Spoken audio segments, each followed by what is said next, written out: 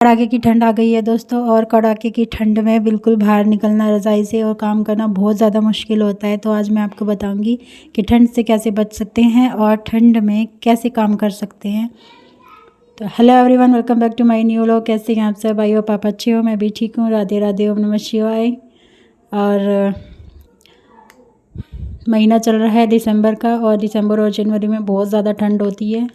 तो अगर आपको चाय और कॉफ़ी ज़्यादा पीने की आदत है, या फिर ठंड की वजह से चाय कॉफ़ी आप ज़्यादा लेते हैं, तो आप चाय और कॉफ़ी की जगह गर्म पानी, सूप या फिर ग्रीन टी ये सब ले सकते हैं। क्योंकि ठंड में सबको ही गरम गरम चाहिए होता है, और उस गरम गरम के चक्कर में सब चाय कॉफ़ी की तरफ ही चलते हैं। तो एक या दो कॉफ़ी तो ठीक होती है, लेकिन इससे ज़्यादा कॉफ़ी पीते हैं तो वो बॉडी के लिए भी अच्छी नहीं होती है। और सबसे बड़ा काम होता है घर में कपड़े धोना और बर्तन साफ़ करना। तो कपड़े तो देखो, जहाँ तक हो सके गर्म पानी में धोने की कोशिश करनी चाहिए, और वो सब पॉसिबल ना हो गर्म पानी तो थोड़ा जल्दी जल्दी फटाफट कर लेना चाहिए। और फिर आता है बर्तन साफ़ करने का काम। तो बर्तन साफ़ करने के लिए मैं आपको बताती हूँ कि मैंने ये ग्लव्स ले रखे हैं, और इनको 4 साल हो गए मुझे यूज़ करते करते। मैंने अमेज़ोन से इनको मंगाया था, और कुछ ज़्यादा कॉस्टली नहीं थे ये। वैसे गीज़र भी है मेरे किचन में, बट मैं ज़्यादा ग्लव्स का यूज़ करती हूँ। और एक तो इलेक्ट्रिसिटी का बिल बचता है, ऊपर से पानी का बिल बचता है। तो और इससे पानी का बिल्कुल भी पता नहीं चलता है, और ये काफ़ी सॉफ्ट भी हैं, अच्छे भी हैं। और कई बार स्पंज लेने की मुझे ज़रूरत नहीं होती है, बर्तन ऐसे भी साफ़ हो जाते हैं इनसे, क्योंकि इनमें थोड़ा सा दाने दाने से भी बने हुए हैं। और हमें किचन में एक टॉवल ज़रूर रखना चाहिए, क्योंकि किचन में जब भी काम करते हैं और हाथ गंदे हो जाते हैं तो हम बार बार हाथ धोते हैं, और वो गीले ही हाथ रह जाते हैं, तो उससे भी ठंड लगती है। तो हमें एक किचन टॉवल भी ज़रूर रखना चाहिए किचन टैप के पास। तो जितनी बार भी हाथ गीले होते हैं, हम हैंड वॉश करते हैं, तो उतनी बार हमें हाथ अपने सुखा के रखने चाहिए, वरना ऐसे होता है कि ठंड लगती रहती है। और यहाँ पे आप देख सकते हैं कि जब मैंने बर्तन साफ़ किए हैं तो मेरे हाथ बिल्कुल भी गीले नहीं हुए हैं, और ये ग्लव्स काफ़ी सॉफ्ट हैं, और इसमें पानी का टेम्परेचर का बिल्कुल भी पता नहीं चलता है, और एकदम सूखे सूखे हाथ हैं मेरे। और फिर बात आती है एक कि सुबह सुबह कैसे उठे, और क्योंकि रज़ाई में से निकलने का किसी का भी मन नहीं करता है कि सुबह उठे, तो थोड़ी देर रज़ाई में उठ के बैठ जाना चाहिए। और जो सुबह पहनने होते हैं हमें कपड़े सारे अपने पास रख के सोने चाहिए, और कपड़े लेयर करके पहनने चाहिए। ये नहीं है कि एक मोटी सी जैकेट हमने पहन ली उससे हमारी ठंड रुक जाएगी। तो कैप, शॉल, जैकेट, इनर और लेयरिंग करके कपड़े पहनने चाहिए। और पैंट के नीचे भी गर्म लेगिंग्स आती हैं, वो डाल के रहनी चाहिए। और जब हम अपना ध्यान नहीं रखेंगे तो बाकी फैमिली मेम्बर्स का कौन ध्यान रखेगा। तो पूरे कपड़े पहनने के बाद हमें अपने बेड से उठना चाहिए, और सुबह सुबह गर्म पानी पीना चाहिए। और दिन भर जितनी बार भी पानी पिए तो हल्का गुनगुना, या जितना गर्म पानी पी सकते हैं उतना गर्म करके पानी पीना चाहिए। और दिन भर हमें गर्म पानी पीते रहना चाहिए, तो उससे काफ़ी ठंड जो है हमारी रुक जाती है। और चाय और कॉफ़ी की जगह हमें गर्म पानी ज़्यादा जो है मैं प्रेफर करती हूँ दिन में, और मैं एक बॉटल या केटल में भर कर रख लेती हूँ। तो जब भी कभी ठंड लगती है या चाय की याद आती है तो मैं गर्म पानी पीती हूँ, या फिर ग्रीन टी भी मैं ले लेती हूँ।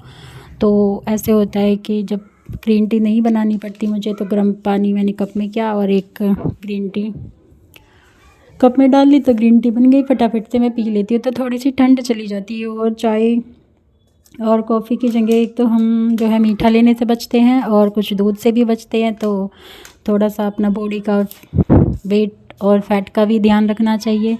और जब भी कभी नहा के आते हैं, हेयर वॉश करते हैं, तो ठंड भी काफ़ी लगती है, और उस टाइम पे भी सबसे पहले कपड़े पहनने चाहिए, हमें पूरे कपड़े पहनने चाहिए।